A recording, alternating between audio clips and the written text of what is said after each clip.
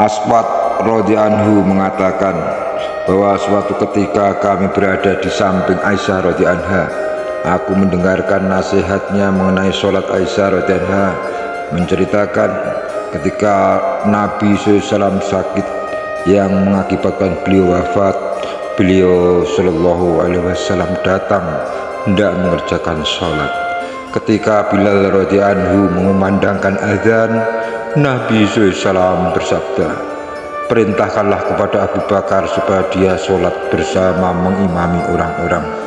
Lalu dikatakan kepada Nabi SAW, sesungguhnya Abu Bakar adalah laki-laki yang mudah merasa kasihan. Ketika dia berdiri tempat engkau, maka dia tidak akan kuasa, apalagi kalau dia sholat di depan orang-orang menjadi imam.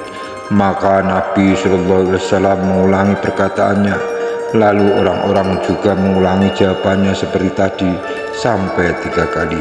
Lalu Nabi SAW bersabda, sesungguhnya dia adalah saudaranya Yusuf, maka perintahkanlah Abu Bakar untuk sholat bersama orang-orang. Abu Bakar pun keluar dan sholat mengimami orang-orang, maka Nabi SAW pun merasa ringan bebannya. Kemudian beliau SAW keluar dengan berjalan pelan, seakan-akan kedua kakinya tidak bisa diangkat karena sakitnya.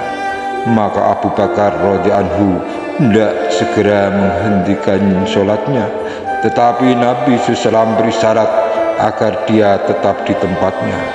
Kemudian Nabi SAW menghampiri dan duduk di dalam shaf. Dan menurutnya lagi dari jarinya yang lain, dia Aisyah radhiyallahu anha berkata, aku kembali lagi kepada Rasulullah SAW untuk masalah itu, yaitu Abu Bakar disuruh menjadi imam, dan tidaklah aku sering kembali kepada beliau SAW tentang masalah itu, kecuali aku takut kalau orang-orang menjelek-jelekkan Abu Bakar radhiyallahu anhu, dan aku mengetahui sesungguhnya tidak ada seorang pun yang mengganti kedudukannya kecuali orang-orang akan mencelanya. Maka aku suka kalau Rasulullah SAW menggantikan Abu Bakar radhiyallahu anhu kepada orang lain saja. Dan menurut Imam Muslim dari Aisyah radhiyallahu anha, katanya, aku berkata, wahai Rasulullah, sesungguhnya Abu Bakar seorang laki-laki yang lembut. Ketika dia membaca Al-Quran, maka air matanya menetes. Mengapa engkau tidak memerintahkan selain Abu Bakar? Demi Allah, tidaklah bagiku kecuali kebencian apabila orang-orang mencelanya, karena dia adalah orang pertama yang menduduki kedudukan Rasulullah SAW. Aku kembali kepada beliau SAW 2 kali atau 3 kali. Lalu Nabi SAW bersabda, sholatlah orang-orang dengan Abu Bakar, karena dia adalah sahabatnya Yusuf. Ahmad mengeluarkan dari Ubaidillah bin Abdullah radhiyallahu anhu, katanya, aku masuk menemui Aisyah radhiyallahu anha, lalu aku berkata, ceritakanlah kepadaku mengenai sakitnya Rasulullah SAW. Lalu Aisyah radhiyallahu anha berkata, baiklah. Ketika Rasulullah SAW sakit keras, beliau berkata, apakah orang-orang sudah sholat? Aku menjawab, belum. Mereka menunggu engkau, wahai Rasulullah. Maka beliau SAW berkata, letakkanlah untukku air dan tempat yang terbuat dari kulit.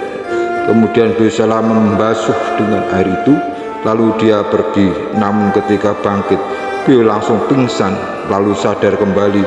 Lalu beliau SAW bertanya, apakah orang-orang sudah sholat? Kami menjawab, belum. Mereka menunggu engkau, wahai Rasulullah. Nabi SAW bersabda, berikanlah aku air dari tempat yang terbuat dari kulit. Lalu aku pun memenuhinya. Kemudian beliau membasuh dengan air itu. Kemudian beliau akan pergi.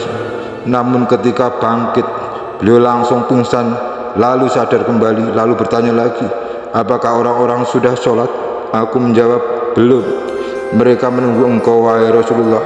Nabi SAW berkata, berikanlah aku air dari tempat yang terbuat dari kulit.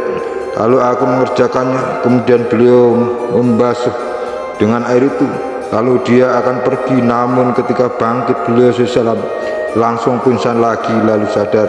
Lalu beliau SAW bersabda, apakah orang-orang sudah sholat? Aku menjawab, belum. Mereka menunggu engkau, wahai Rasulullah. Orang-orang sedang beriktikaf di masjid menunggu Rasulullah SAW untuk sholat isya.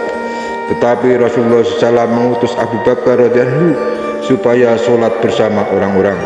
Sedangkan Abu Bakar adalah laki-laki yang lemah lembut. Lalu Abu Bakar radhiyallahu berkata, "Wahai Umar, sholatlah bersama orang-orang." Umar radhiyallahu berkata, "Engkau lebih utama tentang masalah ini." Maka Abu Bakar radhiyallahu pun sholat mengimami orang-orang selama beberapa hari.